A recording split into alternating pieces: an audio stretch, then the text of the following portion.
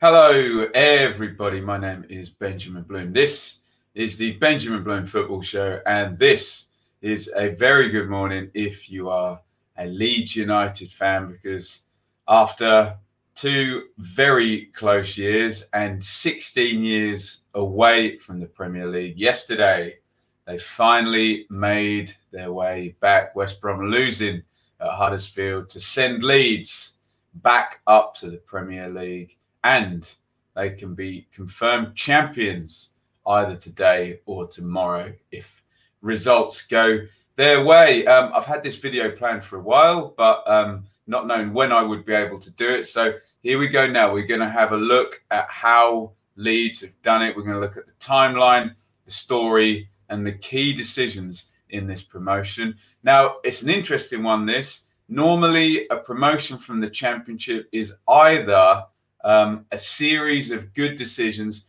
all compounding together over a long period of time, or one freak season of everything coming together and happening, and away you go. Leeds, not quite like that in either way. You'll be able to see a lot of good decisions, but what you will notice within this promotion story is the ability to react and reset from maybe some bad decisions that were made as well. The ability to move quickly, work on the fly, and make important decisions in the face of maybe having made a bad one, I think, is more to the point here. You'll see what I mean as we go through. I won't go through in infinite detail, but we do have to come back to May 2017 for the start of this story. And there he is. Andrea Radrirani takes over on the 23rd of May 2017. He'd already purchased a 50% stake, as you can see. But that gets Massimo Cellino out of the club. Interesting guy he was. In comes Radrirani, his goal to get them into the Premier League. And within days, he's got some big decisions to make. Look there, 25th of May, just 2 days later, Leeds head coach Garry Monk resigns after one season. Now, I remember thinking at the time that that didn't look good for Leeds. He'd been there one season. To be fair, they had dropped out of the playoffs. Exceptional season for Chris Wood, and they just lost out with a bad run at the end of the season. However, I think with some hindsight now, we've seen Garry Monk be in other jobs and leave, well, twice at Middlesbrough and Birmingham since then. So maybe, I don't know, maybe Radrirani was right all along on that one, and I was wrong. But next important appointment there, May the 30th, Vator Orta, the sporting director. The arrival of Orta from Middlesbrough is the latest move in Leeds owner Radrirani's plan to freshen up the club. Radrirani was ahead of the curve with this. People were going to sporting directors quite heavily at this point, the European model. Huddersfield and Norwich are both going to have success in the Championship with Stuart Webber in that position, and Vator Orta is going to be key all the way through this story. So literally within 10 days of his takeover, Garry Monk has gone, Vator Orta has come in. They need a manager. Thomas Christiansen, 44-year-old Danish former Spain striker, if you can figure that out, had some success in Cyprus. In he comes to the Leeds hot seat to be Radrirani's first manager, and he's going to have some money to play with, because you can see Chris Wood to the Premier League, just shy of 15 million quid, but if you add the Brid Cup fee in there, 15 million pounds come in. By the way, I'm using transfer mark fees here. If you've got an issue with any of them, write them a strongly worded letter. Don't complain about it in the comments. Now, first transfer window, and there's some important people coming in there, and quite a lot of people come in there. At the top there, Pontus Jansson, more from him later. Big sign in that. Samu Saiz, interesting guy he was as well. Alioski, he's going to hang around, but look at there, 4th down. Matthias Klitsch. Other important ones, there's going to be a run from Leeds to try and get a goalkeeper that's kind of still going now. There's Felix Wiedwald appearing down there. And you can see right at the bottom there, Pierre-Michael Lasogga. I think he was going to be the idea for the goal scorer. But certainly in that first transfer window, Janssen, Alioski and Klitsch. Important names. Alioski and Klitsch still there. Klitsch particularly still at the heart of that team. Didn't go so well for Thomas Christiansen. You can see very streaky, good start, but then loads of defeats. I think 7 in 9 games there. And just tailing off down to the bottom there, you can see a big home defeat to Neil Warnock's Cardiff team. And we've spoken about acting quickly, acting decisively. He's gone. What date do we have on that one? 4th of Feb 2018. Thomas Christiansen gone. Out he goes, and in comes Paul Heckingbottom. Really interesting appointment, that one at the time. Heckingbottom had just signed a new deal with Barnsley. Their fans were not happy with him. He'd taken them up from League One and had a really good start to the season. I remember that team getting pilfered, though, for Conor Hourihane, James Bree as well. A few players, all the good players, in fact, going out of that team very quickly, and Heckingbottom going as well. There was more work done in the transfer market there, particularly 2 names you'll see. Tyler Roberts, still in the team there, age 19. And Orta goes back to Middlesbrough for Adam Forshaw there for a decent fee as well. But it's not going to go well for Heckingbottom either. There are his games as manager. You can see only 4 victories in there. Loads of defeats. He's only going to last from February through to about June. Heckingbottom is done. 4 wins in 16 games. And look there at that quote. Leeds want a more experienced manager. Well, they're going to get one. Here's a table that will make you shudder if you're an Ipswich Town fan. Look at 12, 13 and 14 there. That's the end of the first season of Radrirani's reign in charge. Leeds 13th, 1 place below Ipswich, who are going to go down the next season. 1 place above Norwich, who are going to win the division the next season. Leeds right in the middle of the table. But little did we know what was going to happen. There it is, 15th of June. Marcelo Bielsa signs 2-year contract to become new manager. Not quite sure it was a 2-year contract because he can pretty much get in or out of it every year. He calls his own shots, Bielsa.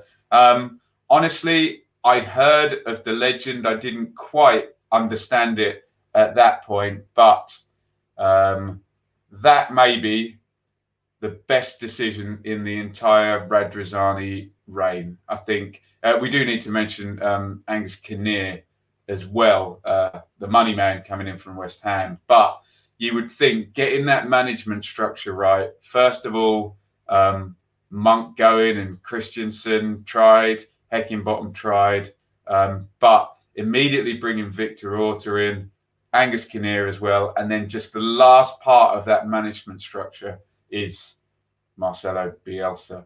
And again, active in the transfer market.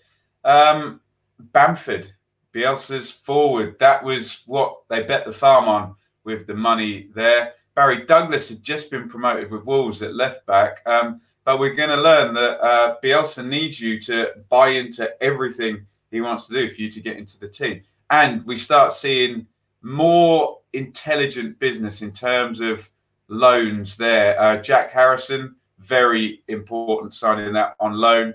He's going to come back and he's probably going to be there for the next 5 years, you think now. Sadly, though, the 3 loans from Chelsea not working there Lewis Baker, Jamal Blackman and Izzy Brown. They're still trying to fix up a goalkeeper. And Izzy Brown just couldn't get fit, could he? But Bamford has arrived, and lest we forget, all funded really by Ronaldo Vieira. They're off to Sampdoria for the thick end of £6 million there. Bielsa wows us quite quickly in August with some big wins against Stoke and against Derby. And through the autumn, look at that, 7 wins in a row coming up to Boxing Day. Just late goals ahoy in the Championship. Leeds and Norwich getting most of them. And Leeds pretty much in the top 2 most of that period, all the way going into sort of springtime of this season. That was the game that converted me. If you've been watching the channel, you'll have seen me very excitedly reporting on that game. I had seen Bielsa's Leeds beat my team Ipswich, but they didn't have Hernandez and Roof playing, and the whole thing hadn't quite clicked that night. But a wonderful, wonderful Championship game. You just won't see a better Championship game than that. Villa going 2-0 up, and then Leeds coming back with just the most exhilarating football you will see. And I was converted to Bielsa ball from that point. It does need saying that through this season, long periods, Bamford and Roof never managing to get on the pitch at the same time, both having injuries, and Hernandez having a few different spells out injured. But it wouldn't be Leeds if there wasn't a big controversy going into the game against Derby County on the 11th of January, which I was at. Marcelo Bielsa admits to spying on opponents after a Leeds official was pretty much arrested at outside the Derby training ground. We've all heard the story. Bielsa then does this mad press conference where he tries to say, look, yeah, we did spy, and that's probably 1% of our research that we do. But Leeds were charged, and Bielsa himself pays the fine. I think it's quite a big one as well, £300,000, if I'm remembering that correctly. Incredible story there at the time. I have to say as well, that performance against Derby, Leeds were incredible as well. And Jack Clark, the winger, springing into prominence there with an incredible performance there. Arrivals in January, Kiko Casilla, have they finally found their goalkeeper? Free transfer for Real Madrid, can come out and sweep, can play with his feet. Bogus coming in as well, bench option really. But the big thing was the absence of Dan James signing in January. Could that have been the deal that maybe the extra body that Leeds needed? Their rapid winger obviously has ended up at Manchester United since he was in the building. He'd passed the medical. Swansea seemed to have pulled out at the last minute, and Leeds don't get their man. And literally days later, the first of a series of big home defeats in this run-in, and Norwich come to Elland Road, put in a great performance and win 3-1 and really put themselves in the box seat, meaning that Leeds are now in a shootout with Chris Wilder's excellent Sheffield United team for that second spot. However, another big home defeat. Sheffield United doing it in a different way to Norwich. But that day, Chris Wilder, and more to the point, Chris Basham, the words Basham arriving will not be nice ones for Leeds fans to hear. But they're losing the big home games. However, Sheffield United do come back after the international break and lose at home to Bristol City. And I think there's a draw against Millwall in there to give Leeds the initiative. But Easter horror.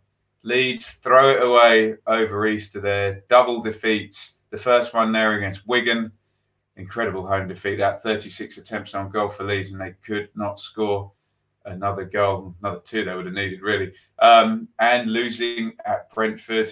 On that weekend, Wilder's Sheffield United take 6 points and pretty much twist the knife into Leeds' automatic push. But into the playoffs they go, and a really nice controlled 1-0 win away at Derby in the first leg. And then we all know what's coming again. I was there. It was an incredible spectacle, but what a collapse it was. Leeds taking the lead, 2-0 up in the tie, but just before half-time, a bad mix-up between Casilla and Liam Cooper at the back. Derby equalise, and then something just goes wrong. Second half, Mount comes out and scores straight away. Cooper again concedes a penalty, and it is now 3-1 on the night to Derby. 3-2, they lead. Stuart Dallas brings it back to 3-3. What you don't see there is Ferjani gets sent off. Derby smell blood. And that incredible moment where Richard Keogh steps out of defence, plays in Jack Marriott, and just slow motion, I remember it vividly, dinks the ball over, and all of Ellen Road goes, oh my God, this is actually happening. And Derby advanced to the playoff final, and Leeds, in a brilliant first season under Bielsa, do not make it. But he has unfinished business and extends another year. He exercises the second-year option on his contract and signs for the season. And some really clever business here, and some really brave business. Some names at the bottom, okay, Howmay, Pearce, Ekuban going. Saiz, well, they got money for him. He didn't want to be there in the end. Peacock, Farrell, they're still trying to nail down the keeper position. They've got Kiko Casilla now. Out goes Peacock, Farrell. But Kamar Roof, the top scorer, they need to sell. And the big one there, Pontus Jansson. You'll remember him sat on his backside looking annoyed after the playoffs. Out he goes. Didn't play in that game, did he? He goes to Championship rivals Brentford as well. They need to bring in the money to stay the right side of FFP. No gambling from Leeds here. Jack Clark, what a bit of business that is. Sold to Spurs for the thick end of 10 million quid and then loaned back. So again, they're doing it the right way. They're raising the money and reinvesting it. But look at that. No big fees there, but clever use of the loan market again, particularly as it pertains to Helder Costa, who was a very good player when Wolves went up with seemingly lots of players who were too good for the league there. They got Clark back on loan. The Helder Costa deal has been done now. He's at Leeds permanently. Ilham Meslier, is he actually going to solve the goalkeeping problem going forward? Ben White, brilliant player, on loan to play centre-half and replace Janssen. Eddie Nketiah, really high caliber player from Arsenal. But remember, as I said before about maybe Barry Douglas, doesn't matter what your caliber is, you've got to figure out the Bielsa instructions and work your way into the team. And Nketiah ultimately does not do that. Again, 7 straight wins through the autumn time, and Leeds very much in the top 2 at one point with West Brom. I think 13 points clear. It all looked like a procession until, there we go, look at that. A poor run. Started with a mad collapse against Cardiff there. They were 3-0 up in that one. A standard London defeat there. Pablo Hernandez limping out of that one. And only really 2 mad wins in there. Leeds and Birmingham duking it out. And Leeds, I think, 2-0 behind at Millwall in that one. And I know there's an FA Cup game in there as well. But look at that. 5 defeats in 6. 6 defeats in 10. 2 wins in, 2, 5, 6, 7, 8, 9, 10, 11. 2 wins in 12. Really, really poor run for Leeds. And it all opens back up again. Vator comes in. Is he going to be any use? Jean-Kevin Augustin. We heard great things about him. But it's going to be the old guard that's going to get Leeds over the line. Here's the turning point there. Big mistake by Kiko Casilla in that one to gift the first goal. But Leeds don't go under. They get the draw at what turns out to be incredible rivals, Brentford, who playing to get into the automatic spots here later today. that seemed to be the turning point. Brentford away there, and the results change after that. As I said with Spygate, it wouldn't be Leeds if there wasn't a scandal here. Kiko Casilla, and I've gone over this a million times. I don't want to get too much bogged down into it. Let's just go with the facts. He was charged for using poor language in respect of an incident with Charlton's Jonathan Lecco on loan from West Brom back in September. I was at the game. I don't remember seeing anything at the time, but huge scandal with that one. Big, long, drawn-out case with the EFL. And Kiko charged and banned. 8-game banned, £60,000 fine. In comes Meslier, but Leeds start to win a game and another winning run, 5 straight wins, 5 clean sheets. But then, boom, COVID, coronavirus, and all the Leeds and Liverpool fans in the Premier League, my God, I can't believe it. We're not going to make it. Postponement of the professional game until further notice, basically. But back we come.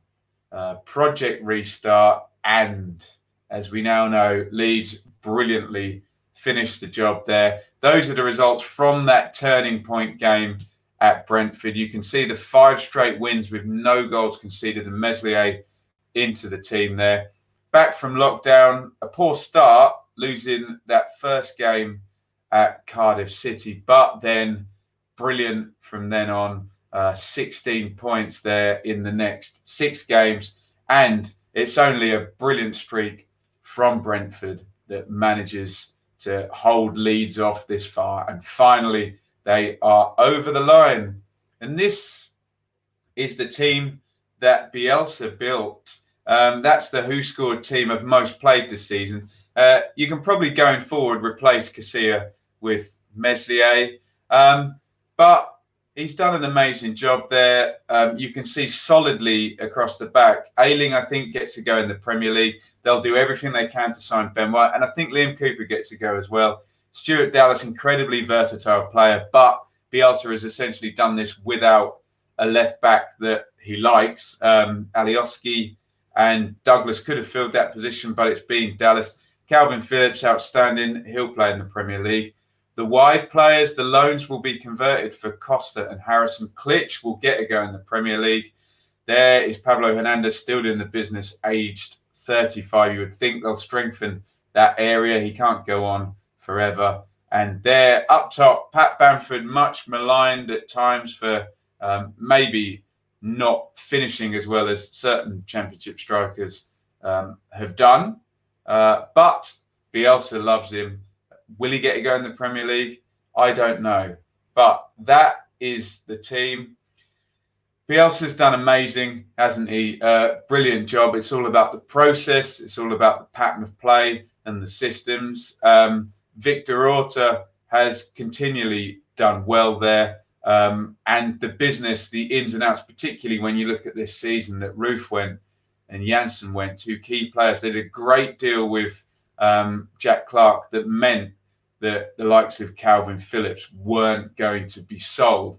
And just loans this season. So incredible, incredible job. What next? Well, the QSI people, the Arab group that are behind PSG, this rumbles on and on and on that there will be a sale made on promotion. Watch that space. That could then immediately see Andrea Radrirani pass the torch to, you know, a similar kind of setup than Man City have got, that Newcastle are trying to procure with the Saudis, and maybe that puts Leeds, you know, in terms of support and club size, they're already there with the top 6 of the Premier League, but that could put them in there money-wise. It's been an amazing ride following it. Absolute box office stuff all the way through from Bielsa, particularly from Bielsa is where I've really been covering the Championship on my YouTube channel. The football was incredible. Like I say, I was converted at that Aston Villa game. I kind of spiritual epiphany in the realms of Bielsa Bull. And then all the scandals, Spygate stuff, those incredible moments where Leeds, particularly at Elland Road, went under and suffered these sort of psychological torments. Or was it just that Bielsa had these players performing out of their skin and they just weren't quite there against Sheffield United and Norwich? Amazing scenes in that playoff defeat at Derby. And then into this season, they regroup, they go again, as Stephen Gerrard would say. The Casilla scandal, COVID, and then finally getting themselves over the line. It's been brilliant. I've loved watching it. As I've said to all you Leeds fans who watch the channel, please keep subscribed. We will cover the 3 promoted teams next season in its own separate show, and that will obviously be the way that Leeds did it. Was it a series of perfect decisions all compounding? No, and Radrirani would probably admit that. They didn't get everything right on the way through. They had to adjust on the fly. Obviously, Christiansen didn't work out. HECKINGBOTTOM didn't work out. They couldn't do it first time with Bielsa.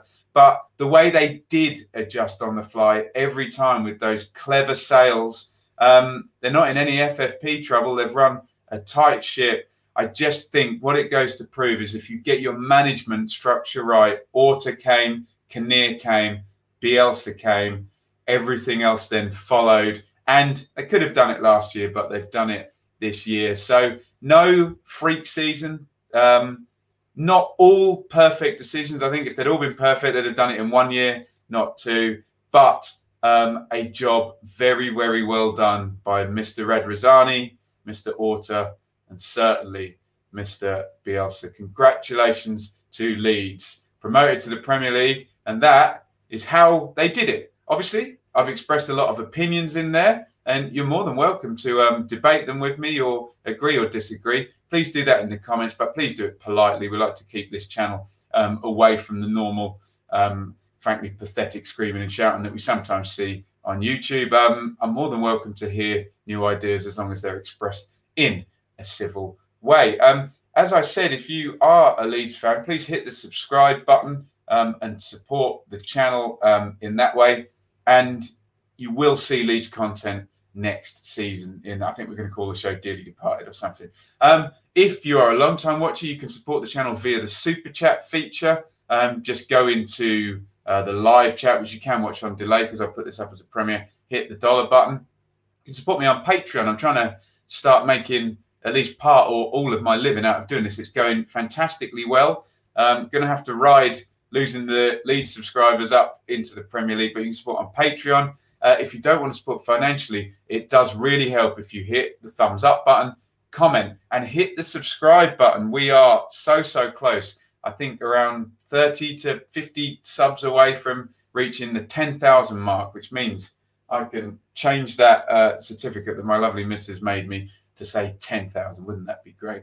More to the point, congratulations to Leeds fans. We will miss you dearly in the Championship. You've been box office, a little bit insane at times, but a great club, a proper club, as they would say. Thank you, everybody, for watching. Keep subscribed. If you're a Leeds fan, we'll sort that show up. That's Leeds promoted to the Premier League and how they did it.